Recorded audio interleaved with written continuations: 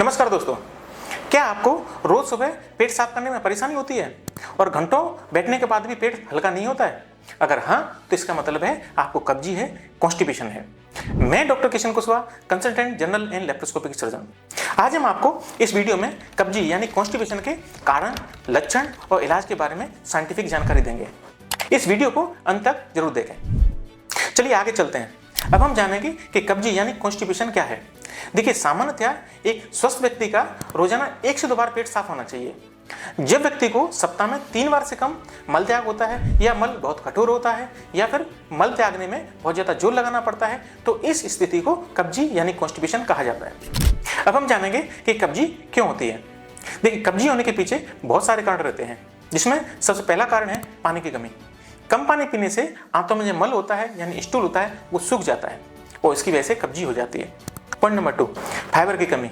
जो व्यक्ति भोजन में सलाद, फल और हरी सब्जियां ये कम लेते हैं, उनमें कब्जी ज़्यादा देखने को मिलती है।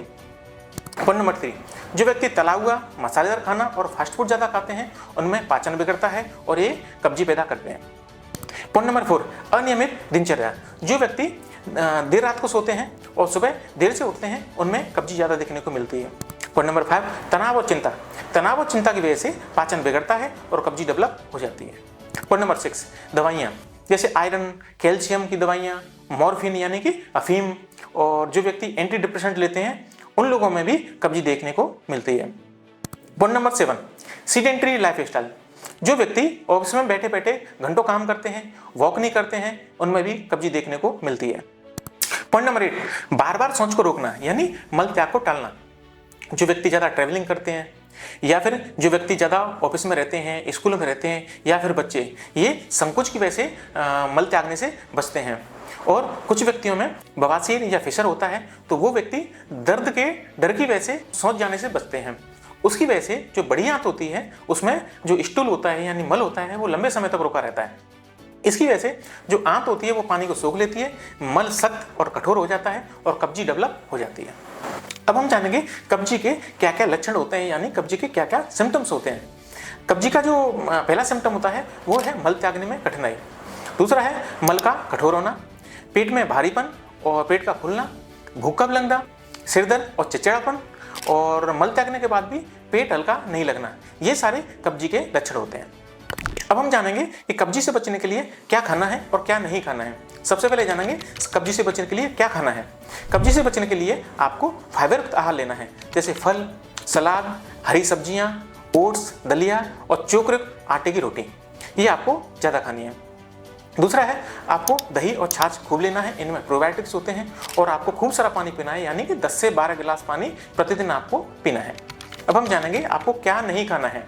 देखिए, आपको फास्ट फूड और जंक फूड ये आपको अवॉइड करने हैं, ये आपको नहीं खाने हैं, क्योंकि इनमें फाइबर कम होते हैं और फैट ज़्यादा होती है। आपको प्रोसेस्ड फूड जिनमें रिफाइंड कार्ब और प्रिजर्वेटिव ज़्यादा होते हैं, उनको आपको नहीं लेना है।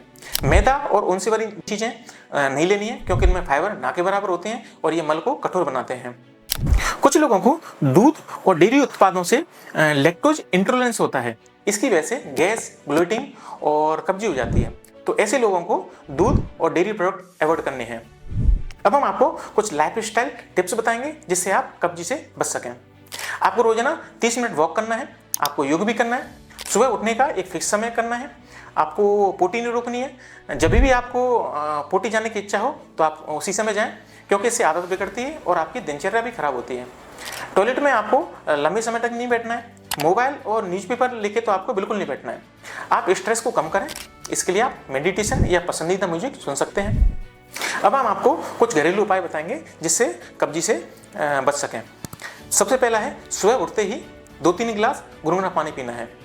पॉइंट नंबर 2, आपको सोने से पहले 1-2 चम्मच इसबगुल गुनगुने पानी या दूध के साथ आपको लेना है। पॉइंट नंबर 3, आपको अंजीर या मुनक्का, इनको आपको रात को भिगो देना है और सुबह खाली पेट खाना है। इससे आंतों में नमी मिलती है और स्टूल सॉफ्ट होता है और आप कब्जी से बचते हैं। तो अब हम आपको बताते हैं कि आपको डॉक्टर से कब मिलना है। देखिए, अगर आपको कब्जी 5 दिन या उससे ज़्यादा है, आपको मल यानी स्टूल में खून आ रहा है, आपको पेट में ज़्यादा तेज दर्द हो रहा है या सूजन हो रही है, आपका वजन तेज़ी से घट रहा है, तो अगर कोई भी ऐसे लक्षण हैं तो आपको डॉक्टर से मिलना है। क्योंकि ये जो लक्षण है वो किसी भी गंभीर बीमारी जैसे पाइल्स, फिशर या फिर आंत में गांठ इसके लक्षण हो सकते हैं। तो दोस्तों, अगर आपको कब्जी है तो आप इसको इग्नोर नहीं करें, क्योंकि एक छोटी सी परेशानी बाद में बड़ी परेशानी का रूप ले सकती है।